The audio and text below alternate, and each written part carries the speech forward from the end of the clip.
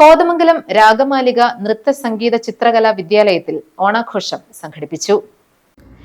കോതമംഗലം രാഗമാലികയിൽ സംഘടിപ്പിച്ച ഓണാഘോഷം ഷിബു തെക്കുമുറം MLA ഉദ്ഘാടനം ചെയ്തു.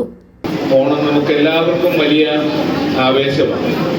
എല്ലാവരും ഒറ്റക്കെട്ടായി നടത്തുന്ന കേരളത്തിലെ ഏക ഉത്സവം എന്ന് പറയുന്നത് ഓണം തന്നെയാണ്.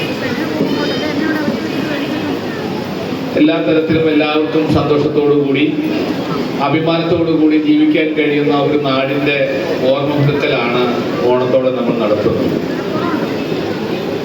എല്ലാവരും സമന്മാരായി എല്ലാവർക്കും തുല്യനീതി ഉറപ്പാക്കിക്കൊണ്ട് കളവോ വഞ്ചനയോ ചതിയോ ഒന്നുമില്ലാതെ പരസ്പരം സ്നേഹിച്ചും കരുതിയും മുന്നോട്ട് പോയ ഒരു നാട്.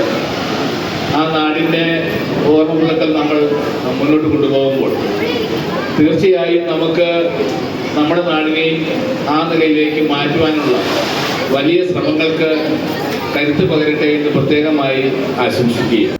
ഡയറക്ടർ RLV ബാബുരാജ് അധ്യക്ഷത വഹിച്ചു.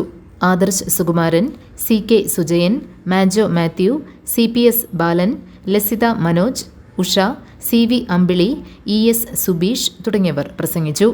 കലാപരിപാടികളും ഉണ്ടായിരുന്നു.